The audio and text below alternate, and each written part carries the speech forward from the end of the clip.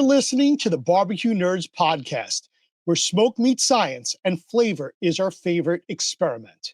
Hey, barbecue lovers, I'm David, your resident pitmaster and science geek.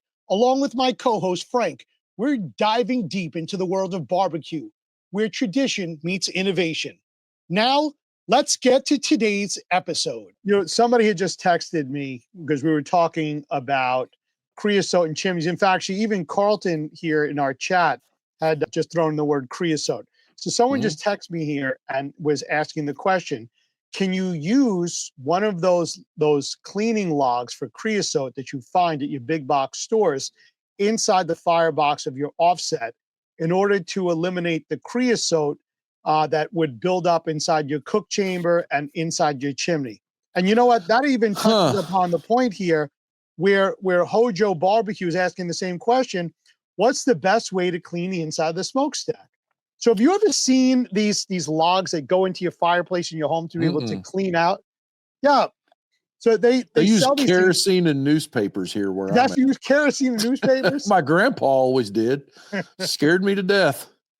Flames shooting out the smokestack. That's correct. Yeah. But there's a log. I know I've seen this thing before. I don't remember the name of the company that has this. And you find this at a lot of the big box stores. Sometimes the grocery stores have them as well. You put the log into the chimney in your fireplace, and it's supposed to be able to burn up and clean out the creosote. I don't know if this is a food safe type of item that you can put into the firebox of an offset to be able to do the same. Well, the difference is that your wood furnace or your fireplace is direct vented out of the firebox. Right. That's the difference. So you're going to have super hot air right there. And, it's going to be direct venting. In our case, like the firebox on an offset smoker is offset away from the smokestack. So I don't know that it would work the same. I would be interested to learn more about this, though.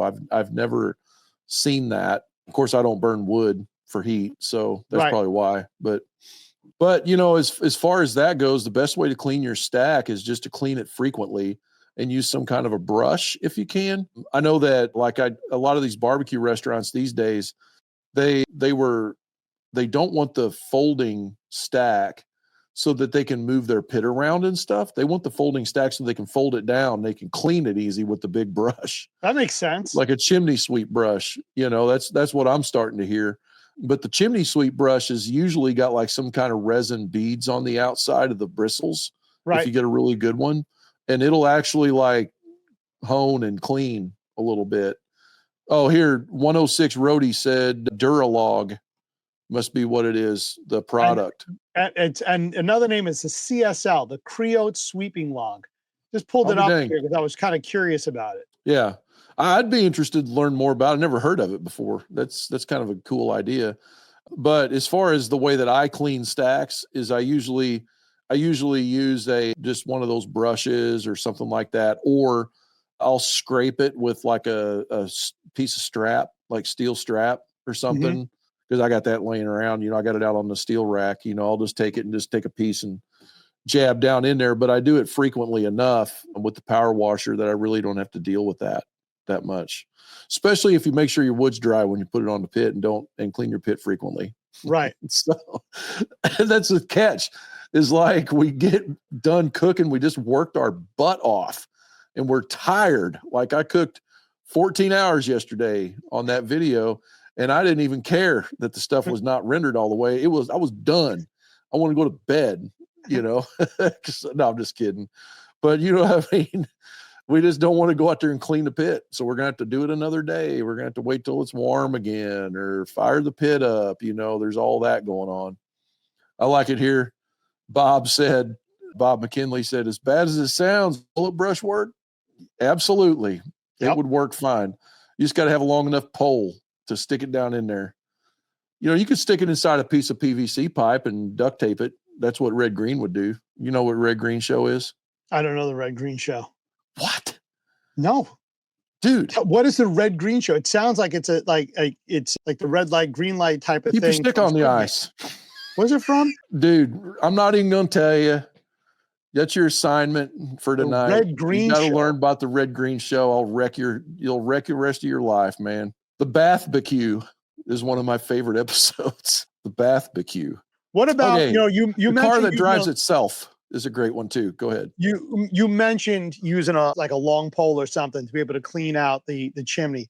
What Yeah. about these things that they have for the dryer vents that you attach to your cordless your cordless drill, and you get in there and it on one end it's spinning, it goes all the way around. So I'm thinking whether you have a 4-inch chimney, 5-inch chimney, 6-inch, well, 6-inch might be a little excessive, but at least up to a 5-inch chimney, you can get in there and work it up and down to be able to pull the stuff out.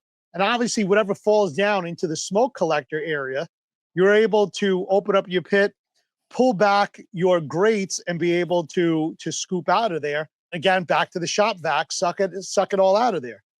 Yep. It's exactly. Yeah. And this is an interesting thought here too.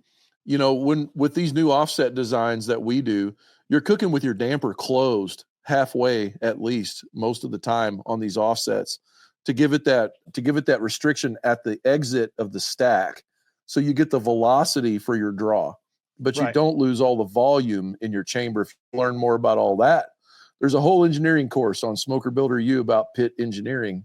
But anyway, talking about that actually encourages the volume of air to not move as much volume out with our draw, because draw is velocity, not volume. So then you wind up, if your wood is wet, you're going to have more buildup from that condensation inside the stack, especially if you're cooking at lower temperatures. Like I'm thinking about the bar A method. Everybody's heard about that these days, where they're cooking with that. The way they do it, low and slow brisket, starting out like a 180 is what they're doing for so many hours, and running that pit like that on hyper loaded with fuel for 5 hours, 6 hours, whatever. I would be very curious how that affects the cleanliness of the stack, running your pit like that, because I think the inside of your pit even gets quite a bit of that on there, which you were talking about earlier, is that, like you got to be able to get up in there and clean the lid off the inside of your offset. Like I can't tell you how many times I've peeked up inside of somebody's offset and there's like all this flaky stuff hanging from inside where the air's been running along the top up there, and it's all crispy crittered and dried.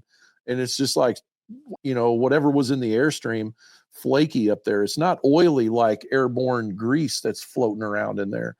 And so you got to scrub that with a brush, a power washer, or something like that, and get all that off there, or it's going to land in your food as you're cooking. That's what the black flakes are on your brisket. That's you're like, where did that come from? I can't tell you how many times I've been to people's homes, and this is, you have to understand that the prudent individual, the average person, thinks that is black paint on the inside that's peeling off from inside their cooker because they overfired it. And I've had to explain to people, before you cook anything, before we do anything today, and this is, neighbors and friends, you need to scrape all that out. That's not paint. We're not scraping the paint from inside.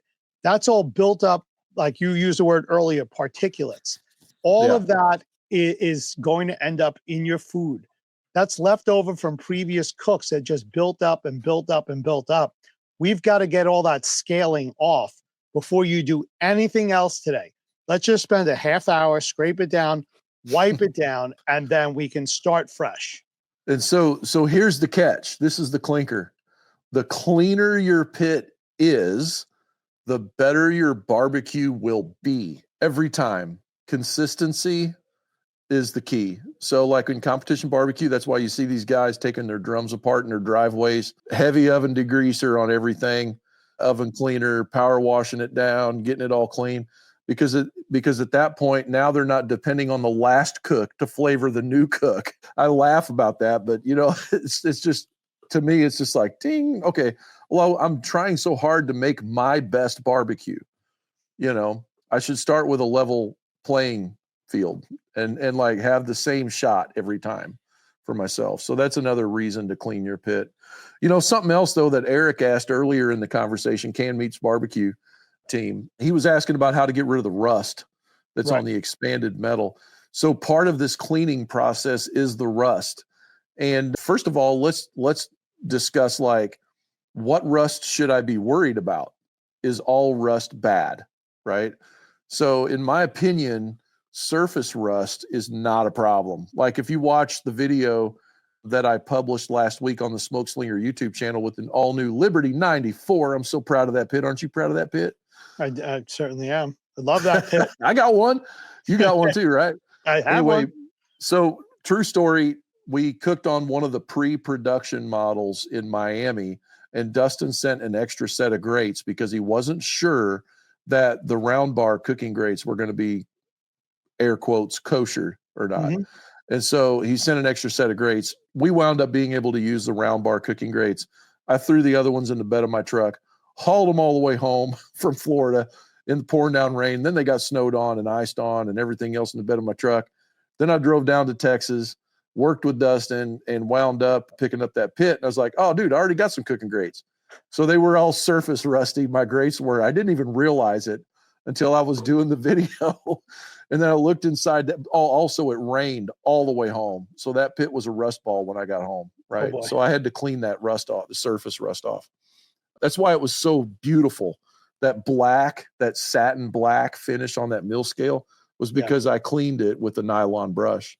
But anyway, surface rust doesn't hurt anything at all. It's totally okay to cook right on it. The only time rust is a bad thing is when it's going to flake off and get in your food. That's when we get into that delamination, when things they start to peel apart like that.